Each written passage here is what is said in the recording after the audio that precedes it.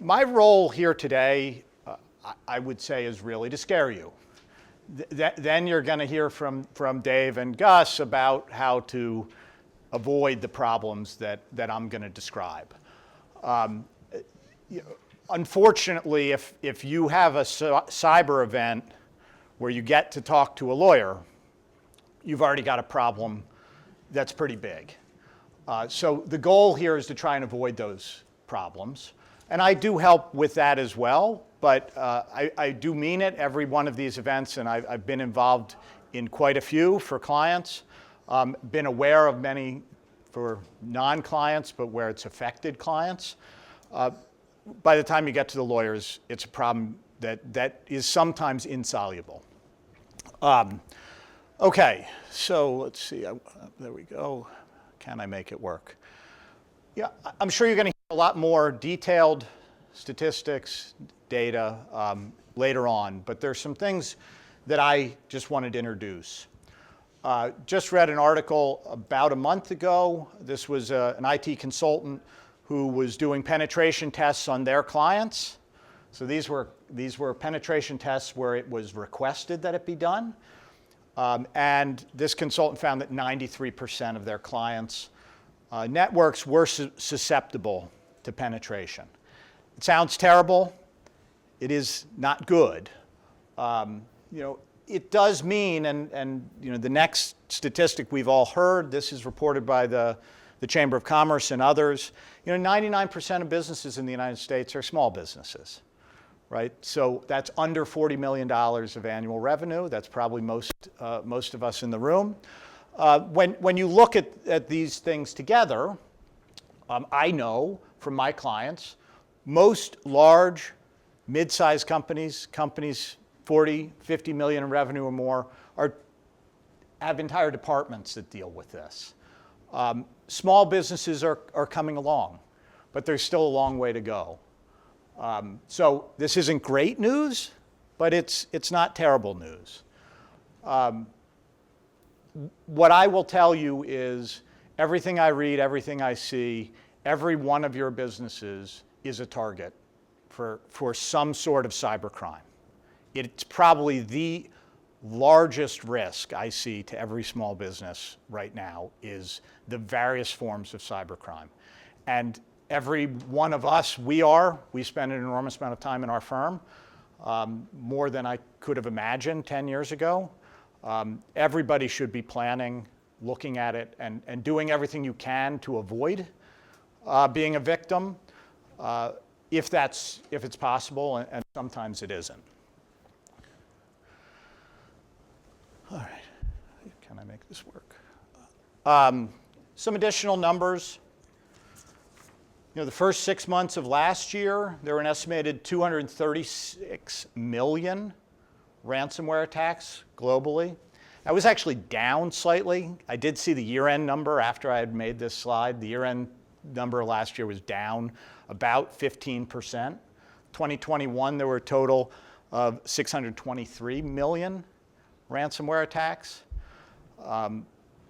I'm not going to give any information about my clients today or about anyone where I have confidential information, but you only need to look at the newspaper locally and you can see reports about ransomware and cybercrime that's happening. Again, this one I thought was really shocking. Even based on those numbers, that's only 20% of the cybercrime that's happening. 93% of ransomware is Windows executable. I'm guessing most of us use Windows. I see at least one Apple computer out there, but I know because we just did our 365 upgrade yesterday. We're definitely on a Microsoft platform. And the most common entry point is through phishing. And spear phishing, which is targeted phishing, has now become so it is so well done. The original phishing attacks, which we probably all remember from 5 years ago, where you could see and understand what they were. They were pretty obviously fake email. Today, they are so sophisticated. I know we're getting targeted. I get targeted emails every day. people who are posing as prospective clients and have extraordinarily detailed and realistic sounding scenarios. I have stopped responding to unsolicited email because I can't take the risk, even when they sound legitimate. It is, based on the numbers alone, you can see how substantial it is. So I'm going to use a few examples today. As I said just up front, I'm a lawyer, so there have to be some disclaimers. None of these are actual clients of mine, and none of them are confidential information. They may sound familiar to you. That's because ransomware is so common, but none of them are local either. So the first one I'm going to use is about a lawyer. Figured I'd tell you about a lawyer who had a really terrible thing happen. This lawyer is also a title agency. Again, that's us as well, even though this isn't about us. This case involved the sale of a $900,000 home. It was actually in the western part of the state. The lawyer title agent was representing the buyer of the house. Part of the title agent's responsibility was to pay off a $600,000 mortgage to Wells Fargo as part of the transaction. The day before closing, the seller's realtor, legitimate email, wasn't hacked, wasn't fake. I won't say it wasn't hacked, wasn't fake, legitimate email. Seller's realtor emails wiring instructions for the mortgage payoff to the title agent. After closing, the law office, the title agent, wired the $600,000 to Wells Fargo exactly in accordance with those instructions. 45 days later, the sellers get a notice from Wells Fargo that their mortgage is in default. They call, speak to Wells Fargo. Wells Fargo says, we never got a payment. We didn't get a payment at closing. You didn't make your payment last month. You're in default. So, what happened?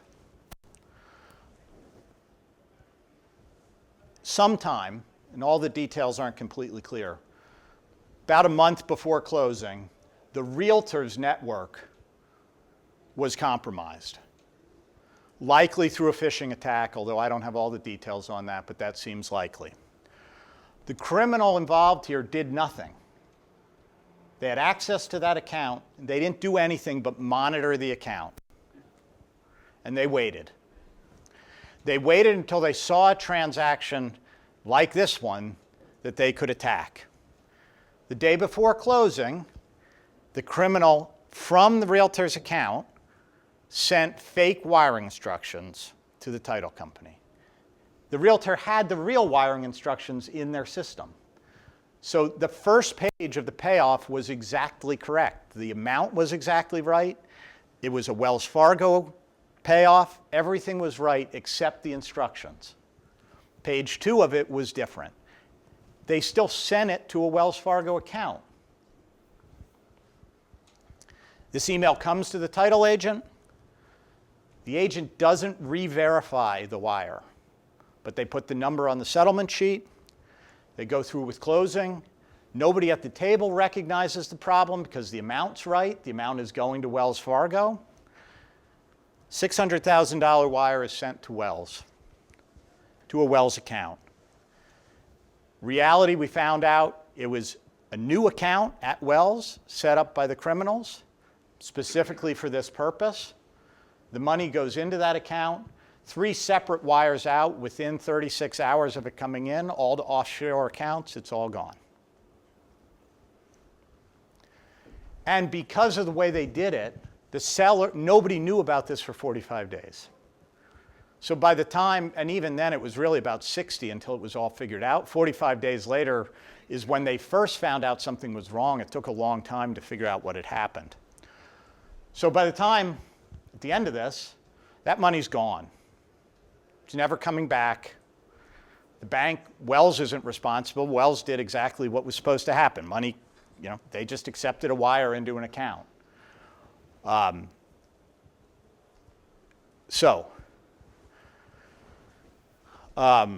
if I can make this advance. what happens next? Well, this lawyer title agent, he spoke to his title insurance company, spoke to his E&O company, and maybe we'll hear a little bit more about ideas on insurance here.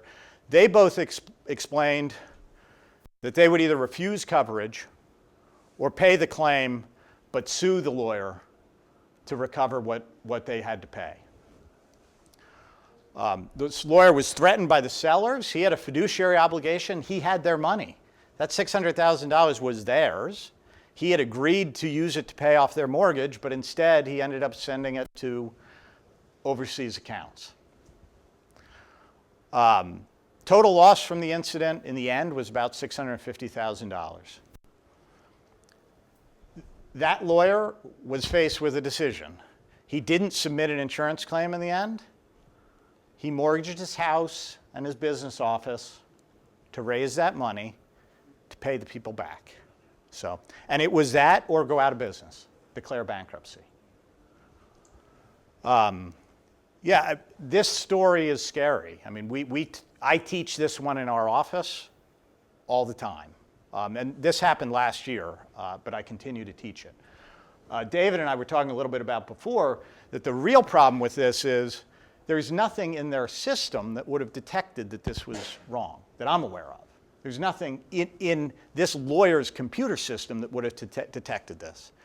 It was all human error, and it was all a criminal preying on someone not doing that extra step, particularly because the person in the lawyer's office who handled it even knew the realtor, right? They dealt with each other every day.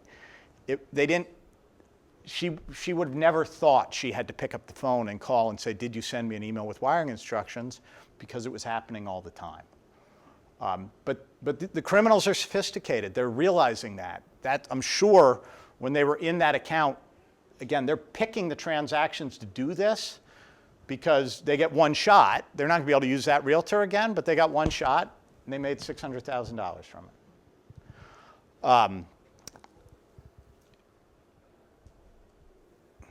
Types of scams like this are very common. I've heard a lot about them in the last 6 months with compromised systems where you will get an email from one of your vendors saying, we've changed banks. Please don't send your monthly payment for whatever it is to Wells. Send it to PNC. Here are the new instructions for the ACH. Again, and the email is legitimate because they've compromised the vendor's system. The instructions are real, and people do it. And again, that doesn't get caught for 1, 2, 3 months until that vendor notices that there's an aged receivable and starts reaching out and saying, hey, why aren't you paying us? You know, we're still coming in and cleaning your office every day. Why aren't you paying us? And then the response is, well, we have been paying you. And then they realized the money was going somewhere else.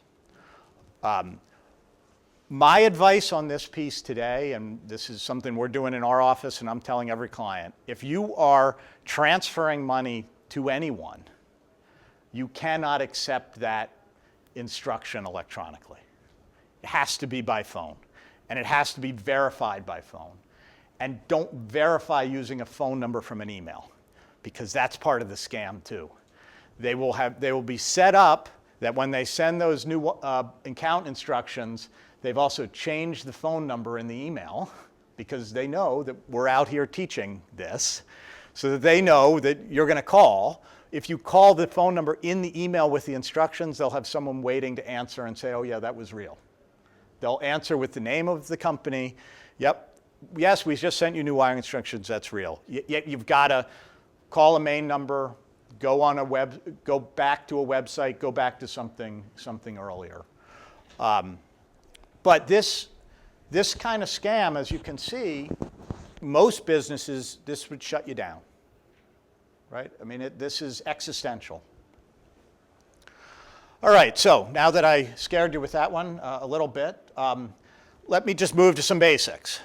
I'm then going to go into a ransomware example, and I want to just set it up.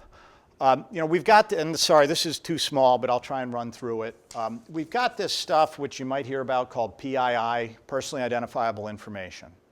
It's any data that could potentially identify a specific person, data that identifies you alone. Unfortunately, in the United States, we don't have any single federal regulatory system regarding information. We have lots, and I'm going to talk about them in a minute, lots of federal laws. We have 50 state laws. We have sector-specific regulations.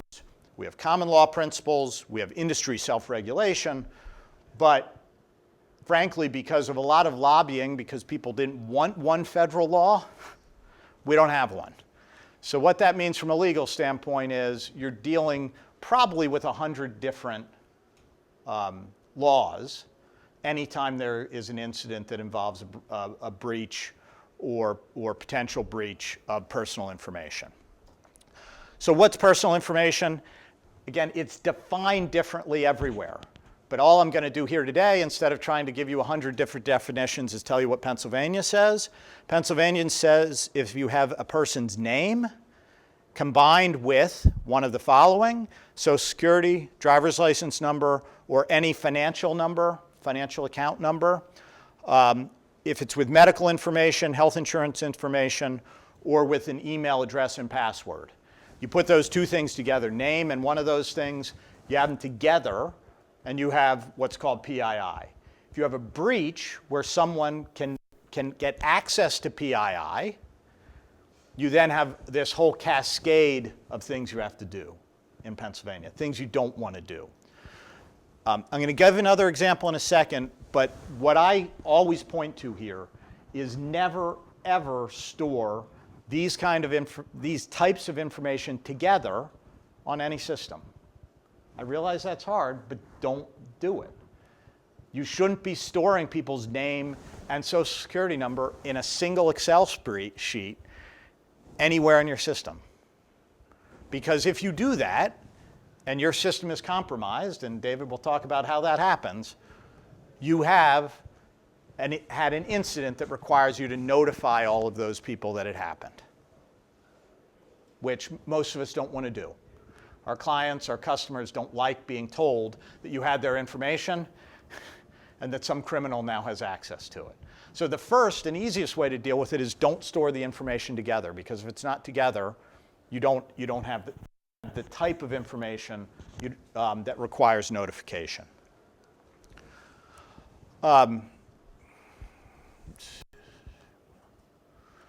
So, we have what's, I didn't make this term up, but what's often called the alphabet soup of federal government agencies that relate to PII. Because we don't have one law, instead we have all of these. I won't read them all, but you have Gramm-Leach-Bliley, you run through them: HIPAA, TCPA, COPA, CAN-SPAM. This is the same issue that when you have a breach, what the lawyers are going to do is start looking at what kind of information you have and then tell you, okay, well, under GLBA, we have to do this notification. Under a different law, we have to notify the Department of Health and Human Services. Under this law, we have to notify the SEC. And under Pennsylvania law, we have to send a notice to everybody. So again, you want to try and avoid these things, and you want to make sure you're not saving information in a way that, when it's compromised, requires notification. So I have a few other things here. Under the HIPAA privacy rule, any protected health information, so health information associated with a person's name, you're going to have to notify Department of Health and Human Services. That's not fun. You also have a notification requirement. We want to avoid this because, again, this is where I started. If you get to this, you're dealing with the lawyers on this, it's not fun. So I'll move back to another example. Again, you can see my disclaimer at the top. This relates to a healthcare provider. in excess of 100,000 patients, not Lehigh Valley or Eastern Pennsylvania based. I don't know if any of you would know it, but I'm not going to give the name, not local. I say that because, again, you see in the paper, these issues are happening locally. I'm not talking about any of them. This one I bring up, and again, I'll point to David because he may talk about this, because this company was probably really close to avoiding this incident. They had implemented multi-factor ID. The problem was they had made exceptions for some people. Some people didn't like it, right? Some people, it was too much trouble to do the multi-factor, and David can talk more about what multi-factor is for those of you who don't know. This is not uncommon that there are people who have control or power within organizations who say that some IT things are not important for them. So they had implemented it, they made exceptions. A phishing or spear phishing attack occurred. Unfortunately, it targeted one of the individuals who was not required to use multi-factor. Ransomware software was installed on their system. They were shut down completely. This was medical related, so I know this. We had doctors who could no longer access their electronic medical records. They couldn't access their scheduling calendars. They didn't know what patients were going to show up in their office, and they didn't have paper anymore. They didn't even have paper charts to look at when people did show up. They were just taking notes for 2 weeks. Ultimately, and again, I don't want to steal David's thunder, but from what I hear, there's very little way out of a ransomware attack other than paying the ransom. And maybe you'll say otherwise. That's my experience. This case, that's what they decided. They did submit a claim to insurance. Fortunately, they had insurance. The insurance got specialists involved. But in addition to not really being able to work for 2 weeks, they couldn't bill for 2 weeks because imagine any of you, their entire computer system, everything, no access. They ultimately paid in excess of $1 million to the criminals to recover the key so that they could access their systems again. The FBI was involved. There wasn't a lot the FBI could do, although are you going to talk about it? The FBI has recently had some success against some of these gangs, but it's mostly after the fact. I have that in my presentation. Okay. You're right. They've had some success with one large gang, but there are plenty more, so I wouldn't rely on that.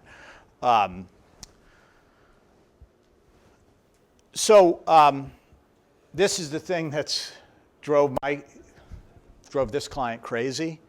When they got access again, there was no evidence that the criminal had actually copied any information, that they had taken any of that patient data. But it doesn't matter. They had it. They had access to it for 2 weeks, right? You can't rely on the fact that they might not have looked at it, or that you can't necessarily prove that they looked at it.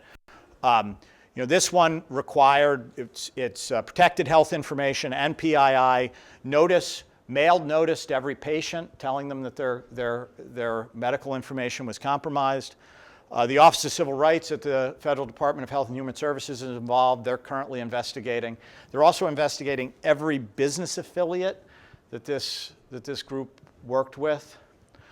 It was over 100,000 notices. Just the notice process, last time I heard, was going to cost in excess of $200,000 to figure out who required a notice and get them mailed properly. I don't know how to quantify the reputational damage. The other thing, because lawyers are wonderful, and everybody loves lawyers, there's a whole class of class action plaintiff lawyers who realize that every one of these breaches is a potential class action. So they have started suing as well every time there's a breach, even though there's no, under HIPAA, there's no private right of action. They don't care. They're just suing because generally they can get a recovery, and particularly when there's insurance involved. they're getting a recovery. The other thing, I still hear about this, even though they got the key back from the criminals and they're back in their system, nothing works right. The system is a mess. They're probably going to end up having to rebuild the whole system anyway. They have the data back, but it didn't solve it. So one other thing, one last section here. I don't know how, I guess I'm running a little, getting close, but I'll try and, I was asked by someone preparing for this, after having scared you all, that some people might just say, and I've heard this, well, if I have an incident, do I really need to do anything? Who's going to know, right? Well, let me tell you that as with anything online, somebody will always know. Nothing that happens online is secret. And I strongly encourage you, if it happens, even though you might not want to deal with the insurance company or ultimately the lawyers, you should do it because the consequences of not are significant. Some of you might have heard about this. The former chief security officer at Uber, he was convicted of federal crimes for covering up a data breach. Uber found out about a data breach, and they were required to report it to the Federal Trade Commission. Instead, what they did was pay off the hackers and in exchange get non-disclosure agreements. Federal Trade Commission found out, federal prosecutors found out, and they charged the CSO personally. He was convicted last fall. He's appealing his conviction, but whether he ultimately is successful or not, I don't think matters. None of us want to be charged with federal crimes. Some other examples. This is a company, Cetera Advisors. This one I found recently. It only involved, I say only, but it only involved about 4,500 customer accounts, disclosure of PII. This one is an SEC investigation, but the main thing the SEC is going after them for is that this company had policies. They had they had done everything right in advance. They had all the right policies, they just didn't follow any of them. So they had a breach, 4,500 customers. They also sent notifications to customers, but didn't really say what happened. They thought they'd be cute in their notification. They didn't really want to tell their customers that their financial data had been lost. So they kind of hedged a little. There might have been a problem with some of your data, but don't really worry about it kind of notification. SEC didn't like that. So all the other things that I said happened to other companies, happened to them, and they got a $300,000 SEC fine. Last example I'll give here, if I can make it work. Cafe Press, a company some of you may know. It's a pretty famous online company, online retailer. They also, their issue was that they didn't implement reasonable policies, and the policies they had, they didn't actually follow. After they had an incident, the FTC investigated, found out that they had systems containing plain text social security numbers, passwords that weren't encrypted, and answer files with password, password, so login name, password, and security question. One file saved, so that once somebody had the file, they had everybody's login, password, and security question. This one, FTC is seeking an order from them that's going to allow for FTC monitoring and require $500,000 payment. So, if this happens, obviously you're going to hear in a minute how to try and avoid it happening. If it happens, hopefully you have insurance, but don't try and hide it. And you only need to do a quick search. You can see these are three. I looked quickly. 3 of hundreds of examples. State attorneys general, prosecutions for failure to do what you need to if you have a breach are significant. I'll just end. I'm only talking about the United States. Any of you who do business, customers anywhere else in the world, every country has different requirements. Canada actually has some requirements that input up here. The EU, anybody who's working online, you might have customers in the EU or UK. Both of them at least have national laws. but they're not easy. So again, lawyer, like to give a disclaimer. If you're working or have customers outside the United States, you need to think about the fact that those laws are different as well. So with that, I think I hit my time and hopefully scared you all a little bit, and now David can tell you how to avoid ever needing to see me again. Thank you.